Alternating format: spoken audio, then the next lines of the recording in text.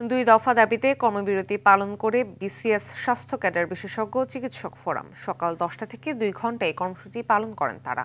এতে বিপাকে পড়েন অসহায় রোগীরা। সরকারি হাসপাতালে কর্মরত বিশেষজ্ঞ চিকিৎসকদের ন্যায্য পদোন্নতি ও সকল প্রকার বৈষম্য নিরসনের দাবিতে টানা 3 দিনেই কর্মবিরতি পালন করবেন তারা। এতে সারা দেশের সব মেডিকেল কলেজে ক্লাস বর্জন ও ইন্টার্ন চিকিৎসকরা কর্মবিরতি পালন করেন।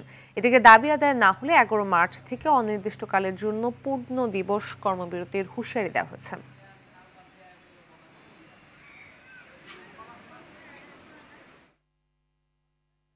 এ বিষয়ে আরো জানাতে চট্টগ্রাম থেকে সরাসরি যোগ দিচ্ছেন সহকর্মী সাইফুল মাহমুদ। সাইফুল, 2 ঘন্টা কর্মবিরতির পর রোগীদের চিকিৎসা শুরু হয়েছে কিনা আমাদের জানাবেন বিস্তারিত।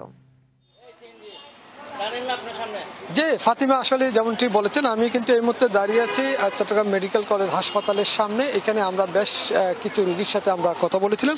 তারা জানালো আসলে সেই রকম ডাক্তারদের, বিশেষজ্ঞ ডাক্তারদের কর্মবিরতির কারণে সেরকম কোনো প্রভাব পড়েনি। সকাল থেকেই আউটডোরের যে রোগী দেখা ডাক্তাররা নিয়মিতভাবে রোগী দেখতেন এবং এখানে ইমার্জেন্সিতে যারা রোগী আসছেন তারা কিন্তু সেবা দিয়ে যাচ্ছেন।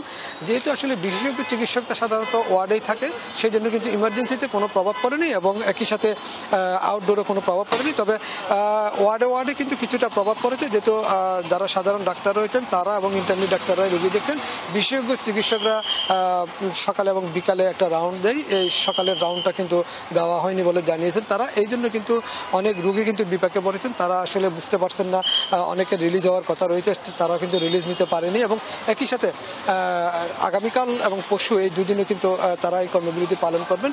এই কর্মবিরতি পালন করার কারণে যাদের রিলিজ হওয়ার কথা ছিল তারা কিন্তু রিলিজ নিতে পারবেন না এবং যাদের বেশ কিছু পরীক্ষা নিরীক্ষার বিষয় রয়েছে সেগুলো কিন্তু ডাক্তাররা লিখে দিতে পারেনি, যার কারণে কিন্তু অনেক রোগী এবং রোগীর স্বজন কিন্তু বিপাকে পড়েছে। তারা জানিয়েছেন আসলে এই বিষয়টি খুব দ্রুত সমাধান হওয়ার দরকার। যেহেতু 2 দফা দাবিতে কিন্তু ডাক্তাররা, যেহেতু কর্মবিরতি, বিশেষজ্ঞ ডাক্তাররা যেহেতু কর্মবিরতি পালন করছেন, সেই জন্য কিন্তু রোগীদেরকে মহা বিপদে পড়তে হয়েছে।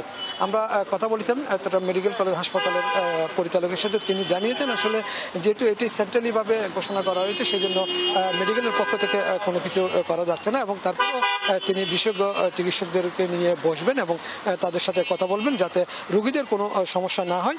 প্রয়োজনে পর্যায়ক্রমে যাতে কিন্তু আসলে বিশেষজ্ঞ চিকিৎসকরা ডিউটি করে, তারপর চিকিৎসা দেয় রোগীদেরকে, সেটার জন্য তিনি বিশেষজ্ঞ চিকিৎসকদেরকে নিয়ে বসবেন বলে জানিয়েছেন। ফাতিমা, এই ছিল আমার কাছে এই মুহূর্তে মেডিকেল কলেজ হাসপাতাল থেকে সর্বশেষ সংবাদ। ধন্যবাদ।